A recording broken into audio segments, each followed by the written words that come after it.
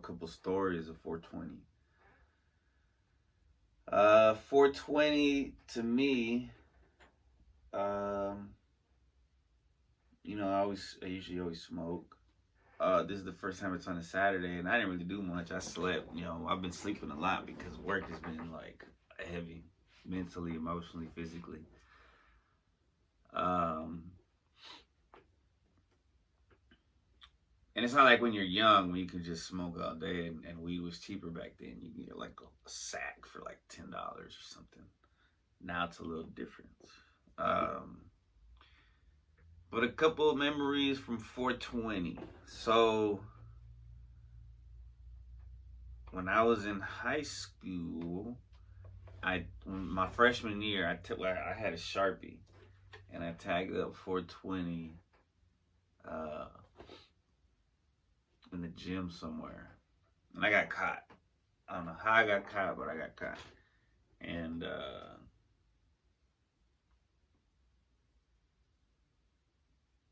it made me think because there's this kid because when I was monitoring, I took a I took a lunch break and somebody sent a kid to the restroom, right? Because you're supposed to monitor and even check who's going to the restroom. Uh, and some kid went in there with a couple bottles of liquid paper, whiteout, and just. And I was just thinking like I did the same kind of thing, like just but whatever. Uh, So anyway, I got in trouble. They called my parents, and I was like, "No, 420 doesn't stand for weed," because they're trying to tell my parents, "Oh, he must smoke weed." And this is when I was trying to hide this shit. I hid it from my parents for a while. I got caught a few times, and then I had to like keep hiding it and shit. Um, but I told them because I had heard from somebody that 420 also stood for Dallas, Texas, because the D is the fourth letter of the alphabet, and T is the 20th. So I was like, nah, DT, Dallas, Texas, whatever. Uh, the next time I have a really cool 420 that I recall was when after I had graduated, um, my dad my dad has worked at hotels my whole life, nice hotels, and he was at this one where Bone Thugs and Harmony went to one time. And he was telling them, "Hey, yo, my son raps, da da da." And my dad was like, "Hey, you should come up here. You can meet them." And I was scared. I was nervous. I was like, "Oh shit!" I said, "I'm not ready." And so I was getting ready and shit. And finally, I went. He's like, "Well, they left. They went to a studio." And he said, "But I could give me your CD when they come back if you want." And I was like, "Yeah, thanks." My dad, man, I love my dad. And he did, right? And I didn't hear from them for a while. And then come 420, like 2009, 2010, I don't even know. Somebody from their camp calls me up from a private number. I wake up, they call me, and they're like, "Hey, man, is this Lil X?" And I was like, "Oh yeah, yeah, what's up?" And I mean, I don't remember exactly how the conversation went, but it was basically that. And then they were like, "Say, hey, we really like your CD. Um, keep doing it. Keep working. Keep rapping. Keep promoting yourself. Because I know this. They're independent. Bone Thugs after Ruthless and stuff like they do a lot of independent stuff, and they're like OGs. Like they keep it OG. Um, and they say we'll work with you, and they do. They work with anybody if you have a little bit of noise behind you. You know what I mean? Like if you got a name already. Um, so if I feel like if I would have kept working at it, I would have had the opportunity to work with one at least of them. I would love to work with all of them. Uh, Yeah, so that was dope as fuck. And that same day, I was so like cloud nine, and then I went to go kick it with a couple cousins and a couple homeboys, and we went to the lake, and I think it was the same time. So we were nah, cause that all right. So that was a different time, cause I remember we were just hot boxing and it was chill. No cops pulled up. A different time at the same lake, some cops pulled up, and I had to like uh, step up and tell the cop, nah, those aren't our beers. Those are our uncles who went to go get the fishing rods. And he's like, oh, well, y'all gonna have to leave for now. Throw that shit away. And I was like, all right, cool. And then we was about to leave. Well, first he asked us, hey, you got some licenses that say you're 21 so y'all can be having those beers? And I was like, nah, but those aren't ours. And then when I was about to drive away, the cop was like, he was like a sheriff. He was like, hey, since you don't have does that mean you don't have a license? And I was like, nah, I just don't have one that says I'm 21. And he just laughed and was like, all right, man, y'all be safe. Took off. Everybody was high as hell. Interesting.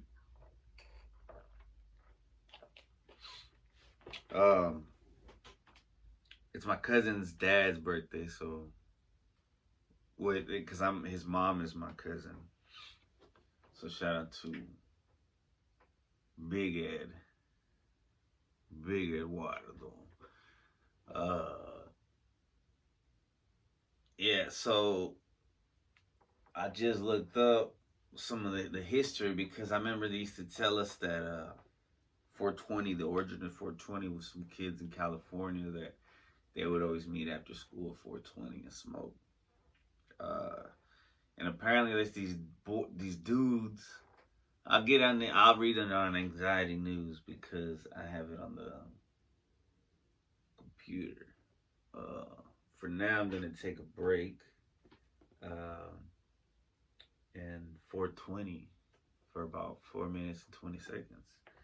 And then I'll return with some more badass shit. Stuff.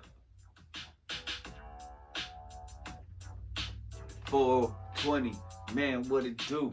I'ma get higher than the motherfucking crew. Man, what it do? Higher than motherfucking blimp. Too higher than an airplane. That was lame. Can't breathe, no air to the brain. No stuff here. No puff here. Man, I didn't even talk about that. That didn't happen last time. The raid? Puffy got raided? Oh man. I talked about it on another podcast.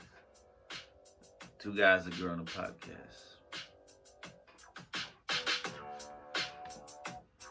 Alright, we'll be right back. Ladies and gentlemen.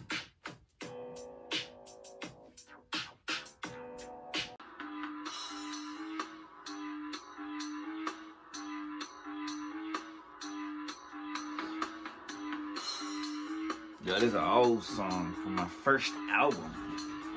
From Silent Assassin. This is a beat I made. Mob is so deep, make the mob look little. G-Land, Texas, we all stay trill. Even at church, I bring the steel. I need protection, they want me killed. I'm touching down for the man on love. Happy I'm alive and the man above. Haters wanna hate, but they all just envy. 6 feet deep, will they wanna send me and hate me too, so I can't complain. You grew with us, about to bust the train. Dudes getting jealous, so they going insane. Some call me X, some call me Pain. Call me whatever, but never in vain. Respect the player, don't respect the game. This for the Crips and this for the Bloods. Always pushing whips with 20-inch dubs. Lots of cheese when the Crips never cut you. What you wanna do, dog? Do what you buster. One with the team. So when I made that CD, I fucked up. I fucked up in a couple ways, but the main way was, if you notice, once the hook started, it got real quiet.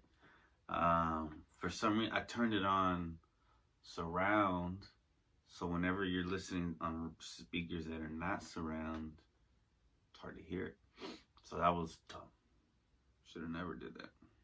There are 7 deadly sins, Captain. Gluttony, greed. But when I went hard, sometimes I went. it goes with it, the crazy life. You don't want my get the buzz just like a Trojan. Dude, you about to die, so say your prayers and say good in convulsions. You don't want my get the buzz just like a Trojan. Dude, you about to die, so say your prayers and say good night to the true rap slayer. Play your hater, I'ma kill the punk and then conceal his body up in the trunk. This is the way it goes with it, the crazy life. I didn't hurt that dude, he was my crazy knife. It's not what you say, it's how you say. It's not how you hold the tape, it's how you spray. It's not how you talk, it's how you live. I think that one I didn't put it on there. Yeah, ain't busy. Oh, This is an X production. bro, everybody's dissing everybody now. I was looking for. I have a song where I diss Lil Wayne specifically, but on this album, I think I have it where I diss.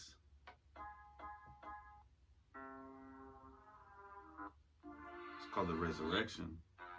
No, I guess it's not on this one. It's on another one. 8 in honor of 420. Yeah. Yeah. Okay.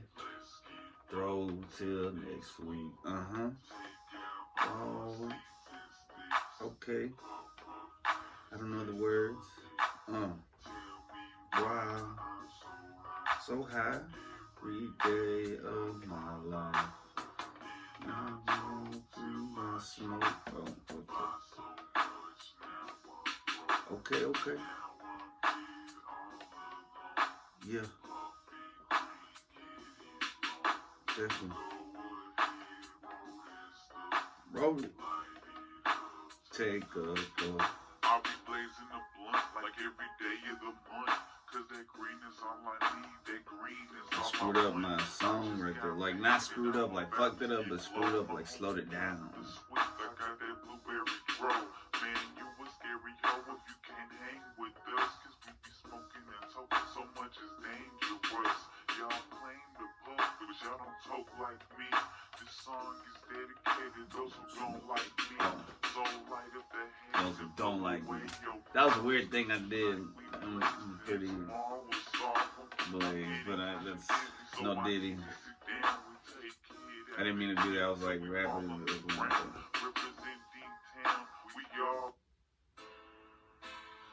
Alright, anyway.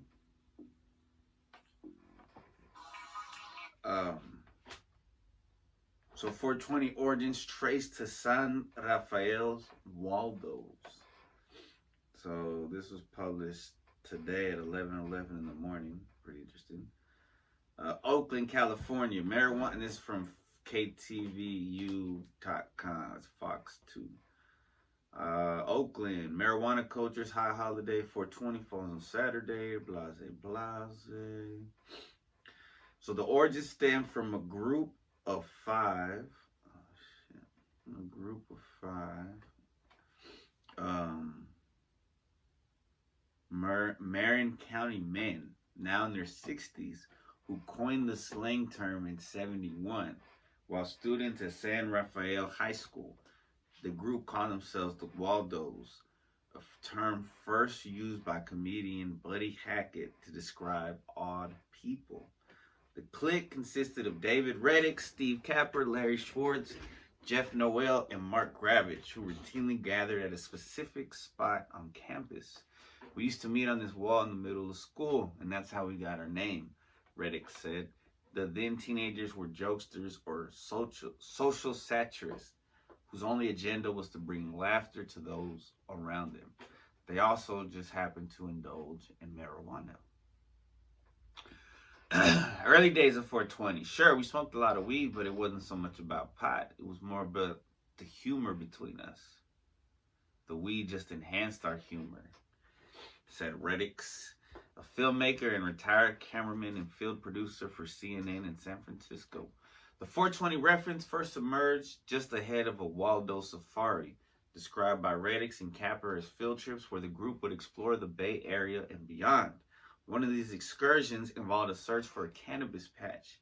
Capper explained that a friend's brother, a member of the U.S. Coast Guard stationed at Point Reyes, was growing cannabis there. For some reason, they got paranoid that their commanding officer was going to bust them. so they decided to abandon the patch, Capper recalled. Capper said his friend's brother drew a map and gave the teens a go-ahead to harvest the potent crop. We got very excited. Free weed back in the day was a no-brainer, he said. The Waldos eagerly ventured on their Waldo safari to find the illicit grove. We decided to meet after school. There's a statue of the chemist Louis Pasteur who invented pasteurization, and we decided to meet at the school at the statue at 4:20 p.m. Capper explained. He said that the group chose the exact time for various reasons. Some of the Waldos had football practice or study hall early in the day, so priorities came first, and then the fun followed. Reddix remembered we would get high and then jump into Stevie's 66 Impala with the killer 8-track stereo and drive out to Point Reyes looking for the patch. After the first failed mission, the Waldos decided to continue their quest for the elusive marijuana crop, using the term 420 Lewis as a reminder for their after-school meetup. Though they never found the plants, their private lexicon, 420 Louis, and later just 420, stuck. We had a term for marijuana that our parents wouldn't know, or the cops wouldn't know, the teachers wouldn't know, said Reddick, so we use it as a secret code, 420. One of the most widespread falsities about the origins of 420 was that it was a police code for being caught with marijuana, which the group flatly refutes. The Waldos used the low-key code exclusively to signal meeting up after school to get high. The group had to keep their activity discreet as marijuana use at the time was illegal and carried stiff penalties. Under the 1970 Controlled Substances Act, marijuana was classified as a Schedule I substance, where it has remained ever since, indicating a high potential for abuse, according to the DEA. When we were driving around smoking, looking for it, buying it, people forgot how horrible illegally it was. You could be seen in your car chiefing and you go to prison for years, said Capper. We were constantly looking over our shoulder, constant paranoia. There were no dispensaries back then, as widely seen across California now, after the state legalized recreational marijuana use in 2016. In those days, the Waldos got their cannabis from acquaintances or dealers. You never knew what kind of weed or what the THC percentage was, so every single time you smoked, it was Russian roulette. It's not what Russian roulette is. This is Russian roulette. Joke Capper, who said back then purchasing weed was a gamble. Sometimes it's pretty astonishing. So, it goes mainstream. The 420 code was exclusively used among the group, but the slang trickled outside the Waldos through their connections and ties to the rock band Grateful Dead and the Deadhead community, who adopted the code. Backstage, where I was getting high with guys like David Crosby, Phil Lesh, Terry Haggerty, it started filtering through the Deadheads and the Roadies, recalled Reddix, whose brother was good friends with Lesh, the Grateful Dead bass player. Then it became kind of viral before the internet. The term further blossomed into popularity. In the early 1990s, Steve Bloom, a reporter for the cannabis-focused High Times magazine, was at a Grateful Dead show in Oakland when he was handed a flyer urging people to meet at 420 on 420 for 420 in Marin County at the Bolinas Ridge Sunset Spot on Mount Tamalpais. Reddick said the High Times published this information in the magazine, and the group has documentation of that, along with postmarked letters exchanged between the Waldos discussing 420 in the 70s. The Waldos said there is no denying that they are creators of the phrase. So there you go. The mystery is solved. It says we were the Forrest Gump of weed.